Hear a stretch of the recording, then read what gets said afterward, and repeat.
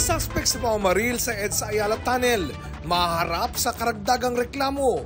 Bukod sa murder, sasampahan din siya ng reklamo kaugnay sa paggamit ng iligal na plaka at kawalan ng permit ng baril.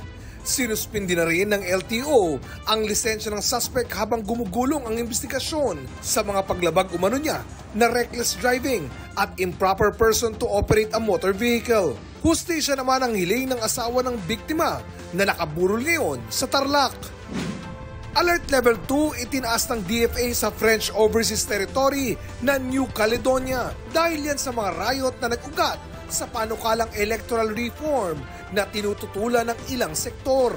7 na ang nasawi. Ayon sa DFA, 200 Pilipino ang nakabase sa New Caledonia na matatagpuan sa Pacific Ocean malapit sa Australia. Pinapayuhan ng mga Pinoy roon na maging alerto, umiwas sa mga pampublikong lugar at iwasan ang mga lakad na hindi mahalaga. Sa mga mangangailangan ng tulong, pwedeng dumulog sa Konsulado ng Pilipinas sa Sydney. Para sa GMA Integrated News, ako si Oscar Oidang, inyong saksi.